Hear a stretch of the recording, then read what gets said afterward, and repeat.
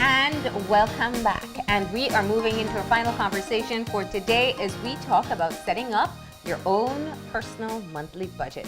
Joining us this morning, while you often see her in her karate outfit, she's actually a financial consultant, and she's with us to talk to us more about this topic this morning. So we have Tanya Kelly. Good morning. Yes, good morning. Good morning, Tanya. And I had to make that distinction because I know people will say, oh, but that's the karate teacher or the dance teacher. Yes. Kickboxer.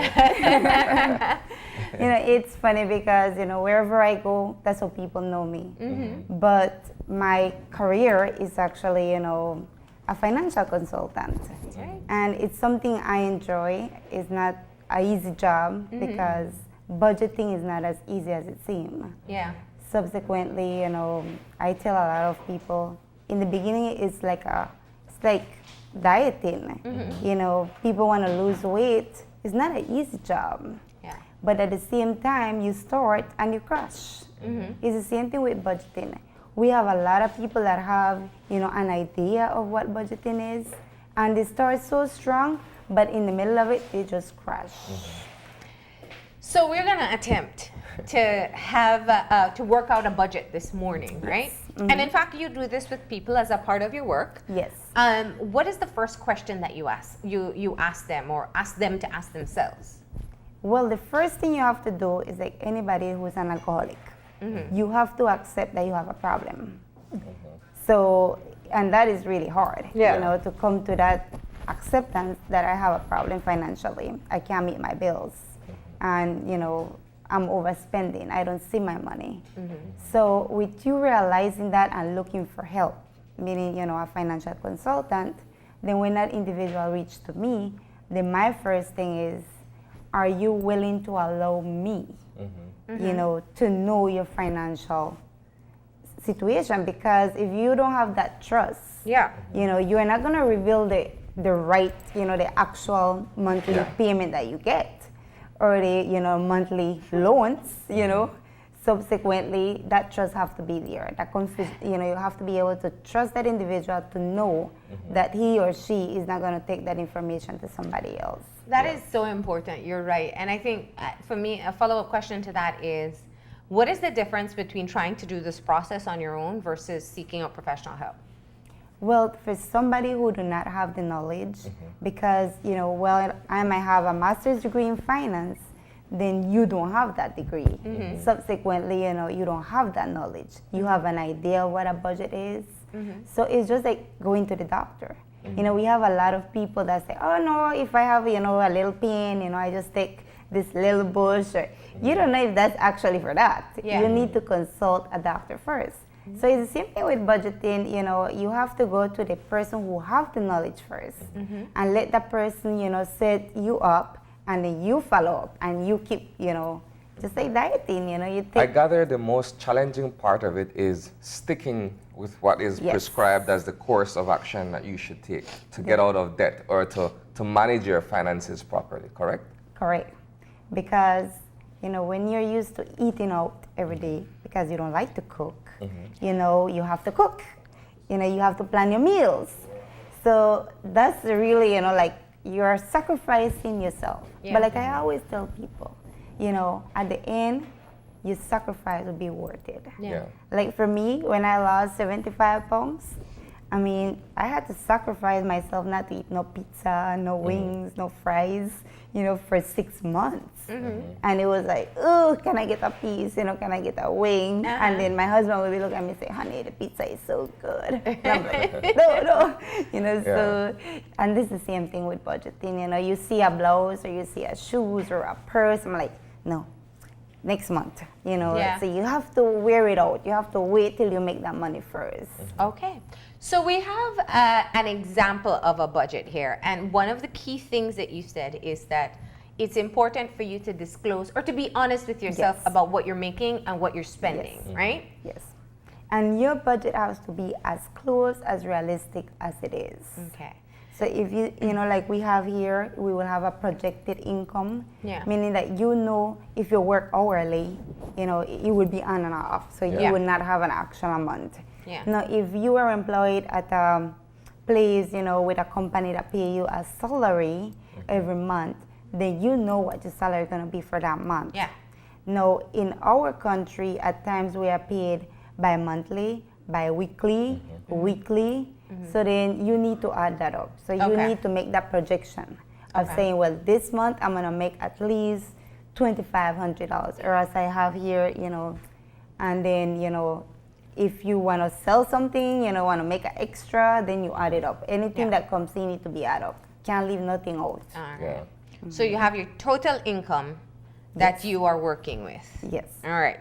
Where do we go from there? And then you have your expenses. On your expenses now, you want to, if you're doing it on your own, a simple way to do it is just to basically just list them down. Okay. But don't leave nothing out, as small as it may seem to you. Yeah. Such as, entertainment. Many people say, oh, well, I don't budget for entertainment because I don't go every month. But even if you don't go every month, you still put it there, budget $25 every week. Yeah.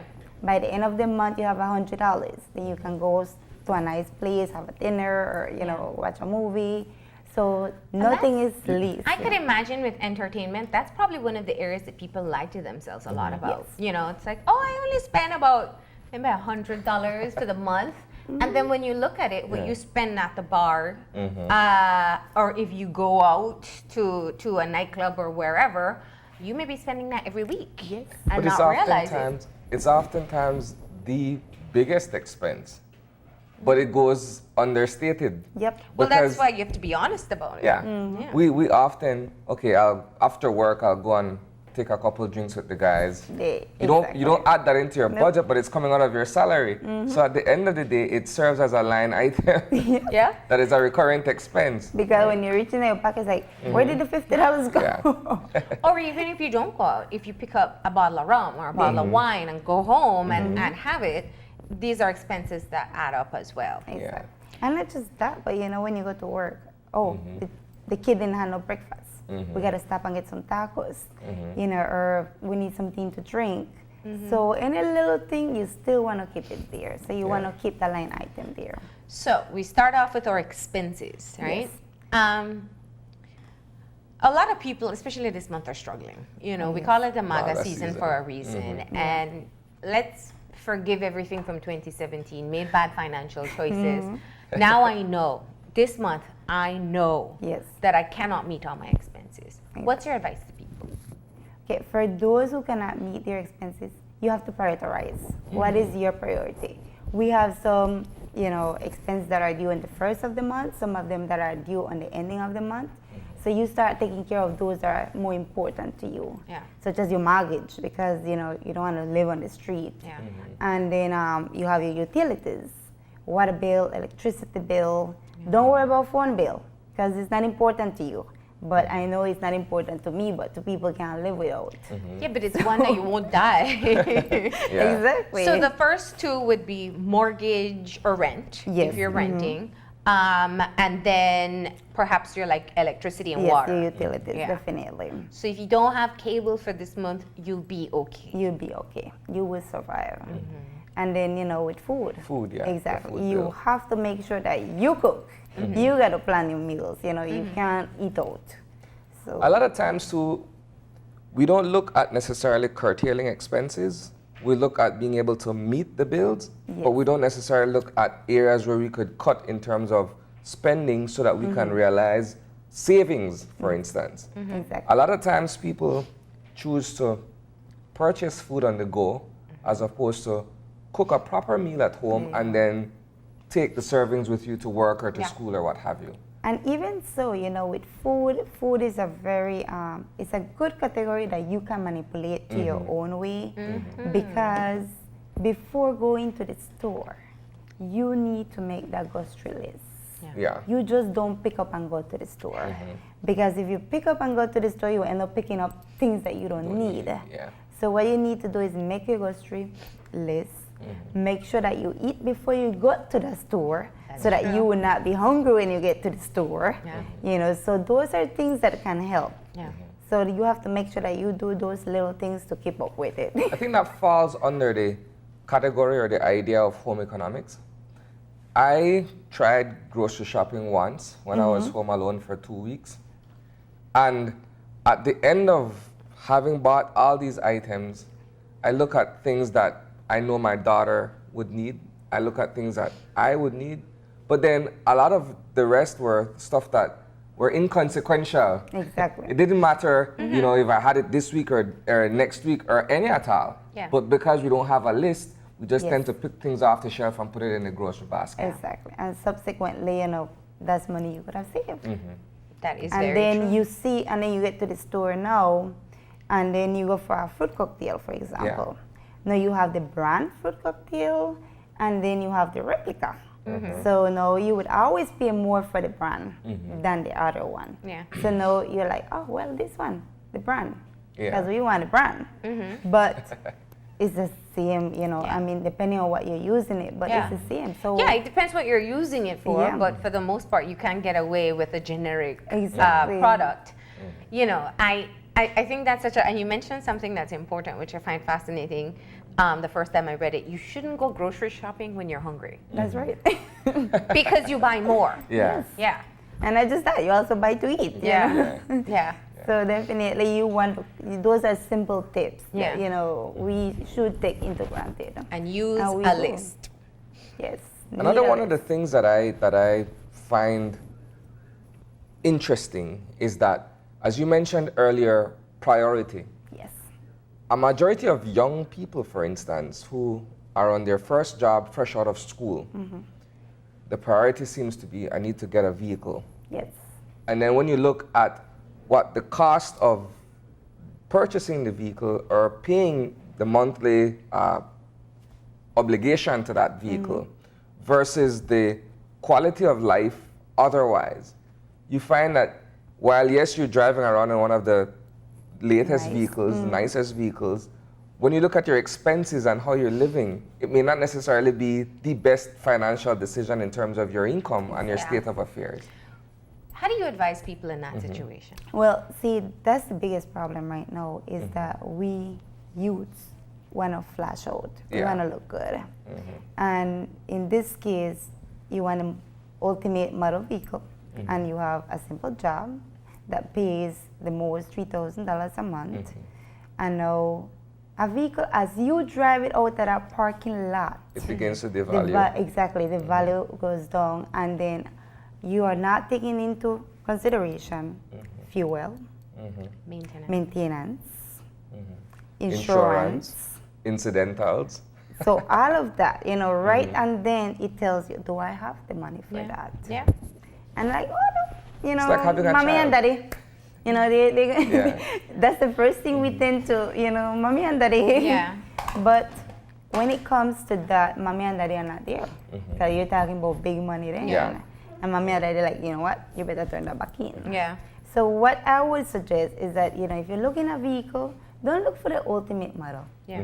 Look at something, you know, 5 years or 7 years older. That's affordable and within your reach. And that's what I was going to ask, because for some people it's a priority. You Yes. know, we live in a very different society now, and while some will say, "Well, I want a later model vehicle because that means it's more dependable." How do you help them? I mean, what's the right budget if you're making $3,000 a month, or let's say two? Okay. What would be sufficient for a car? What would be the type of car loan you should be looking at?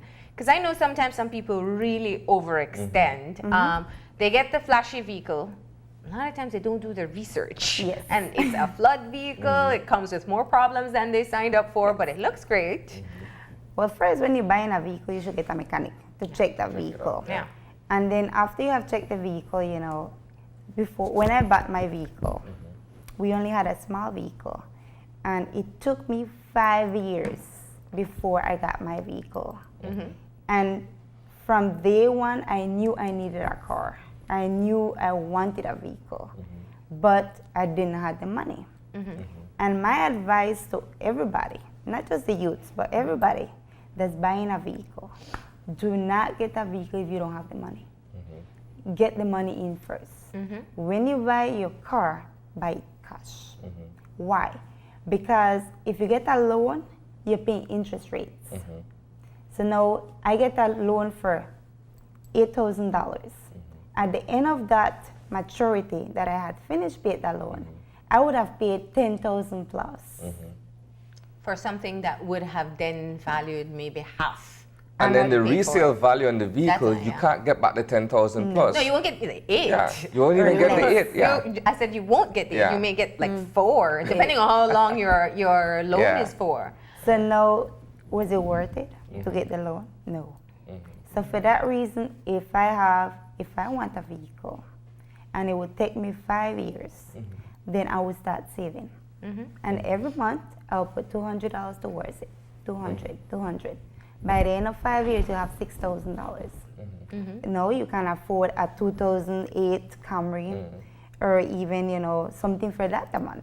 Now, if I'm not comfortable in driving that, then I'll wait another 2 years and build some more money on it.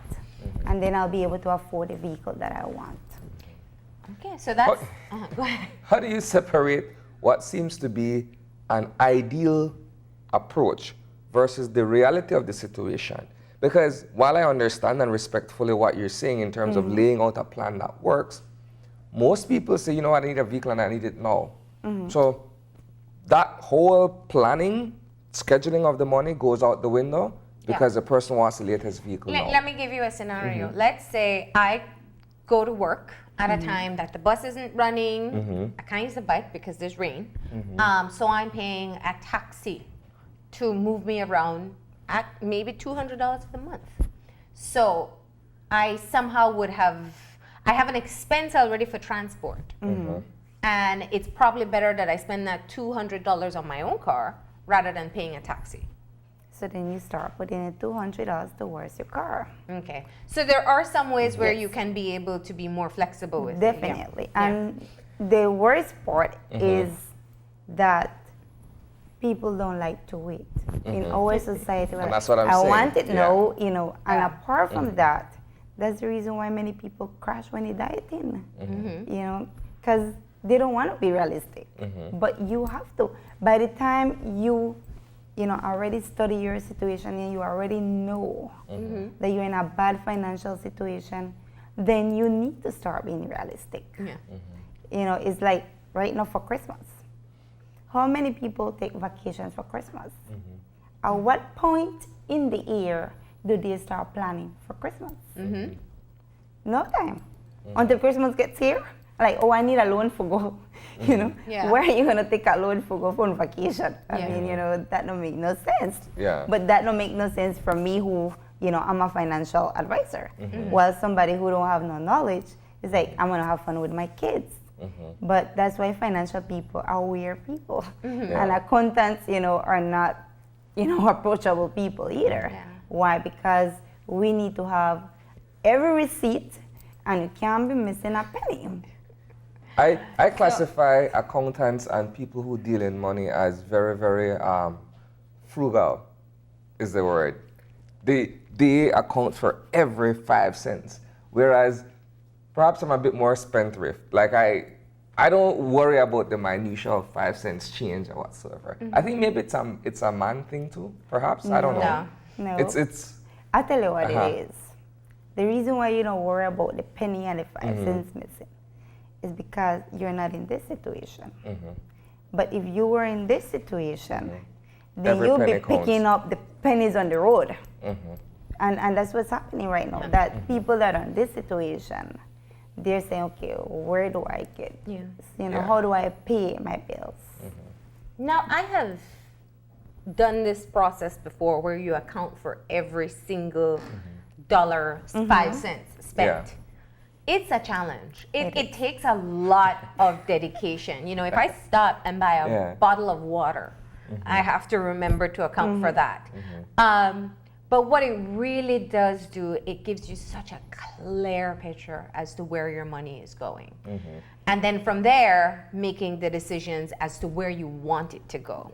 And not just that, Marlene, the good thing about it, and this is what I appreciate, is the peace of mind that you have when you go to sleep. Yeah. And that's something that many people don't have. Yeah. And at first, people tend to, my husband, because that's the hardest part, is to actually have to come to your husband or your wife and say, this is your budget for your month. Yeah. You know, and it's like, wait Sharing a minute. finances, yeah, that's a challenge. You know, it's like, wait a minute, you're telling me this all I got to spend for this month, you know? So that's the hardest part. And when I told my husband, you know, okay, honey, this is your monthly budget. Here is your envelope. You keep all your receipts.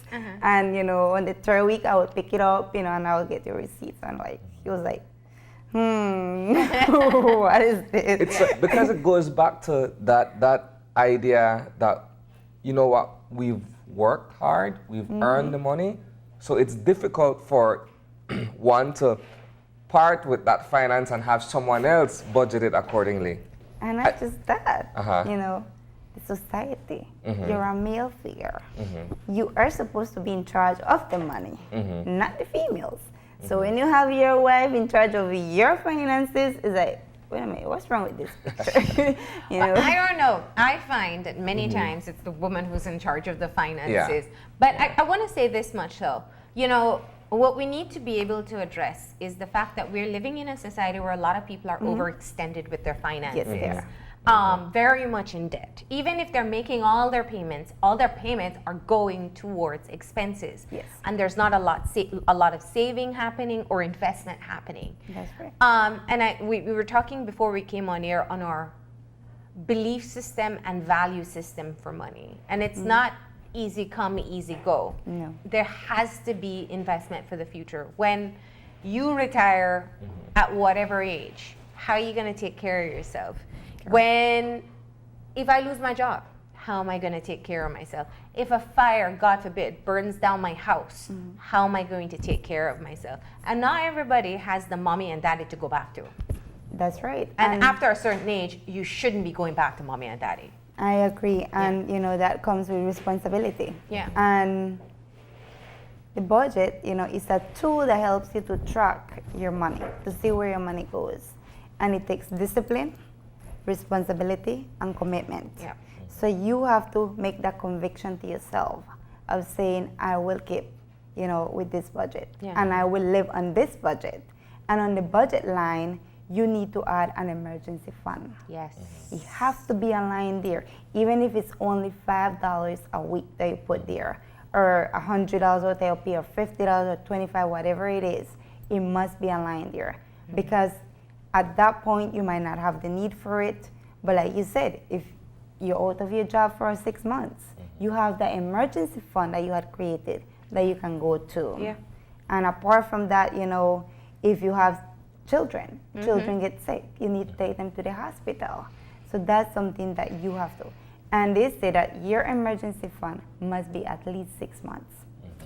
So that means that, you know, I must have enough money there to survive for 6 months, which is not easy. Yeah. But again, you know, your priority. Where are some ways that you can cut? Yeah. You know, so those are things that every month you have to go back to your budget and you have to analyze it. You know, if you need to make modifications, then you do that. Okay. So, in terms of budgeting, what would be some of your advice to people as they sit down and try to do a budget on their own? I would say, you know, first you have to get your income. Yeah. Then you get your expenses. And again, you have to make sure that you have everything in that line of your expenses. And then say, okay, you really have to be as much as you can realistic on your budget. And try as much as you can to stay within it. Yeah. And a good way to do it is, I normally carry with me a little booklet. Yeah. You know, so every time I put $1 out there, you know, I note it down. And then I keep my little receipts there in a little envelope. Yeah. And then before I go to my bed, I usually sit down and put all the receipts together, you know, and close for that day. So I have a daily planner. So every day I close, and then, you know, on Fridays, since it's my low day, for most people it's Saturday or Sunday, I sit down and do a week close. You know, and then, so if you do it like that, it becomes fun. Yeah. There are apps right now, you know, for people that can't live without their tablet or their phone. There are apps that you could download that can help you. Yeah. You know, so that's something, I mean, anything that helps for you that comes without no cost. Yeah. You know, you go ahead and you use it, because again, you know, it's for your future. Yeah. And you have to start thinking from now. It's like 10 years ago, I walked into an office in the States because I was still doing my master's there. And And the guy said, it was a financial office. And the guy said, he said, good morning. I said, good morning. He said, how can I help you? I said, well, I'm here to set a retirement plan. And the guy said, retirement plan? You know, we're talking about, you know, a young person. It's like having a high school student coming in, you know, and say they want a retirement plan. And then the guy was like, how old are you? And I'm like, believe me, I'm not as young as, you know, I seem, right? And so he said, please have a seat. And then we start talking. And he was like, why do you want to set a retirement plan? I said, because eventually I'm going to get there. And I want to start from now. And you pay less. So not just that, but if you start from now, by that time, you know, you don't have to work. So when I was in the States a couple of weeks ago, you know, I visited with him. No, he's retired. And I said, how do you feel to be retired? And he said, well, you know, I'm still working. So I said to him, that's the reason I walked into your office 10 years ago, because when I retire, I don't want to be working. I want to be retired. I want to sit underneath, you know, a coconut tree, drinking a coconut water, you know, so that's what we want to enjoy. But you have to start from now. Absolutely. Thank you so much for coming in, Tanya, and sharing this information with us. We know it's not necessarily things that we like hearing, but absolutely essential. It's true. And, you know, again, you know, it is more easier, you know, if you have your boyfriend, your girlfriend, you know, your spouse right beside you and you're working together, it's much easier. Absolutely. All right. We're going to go ahead now and take that final break. And when we come back, we'll have our wrap up. So stay tuned.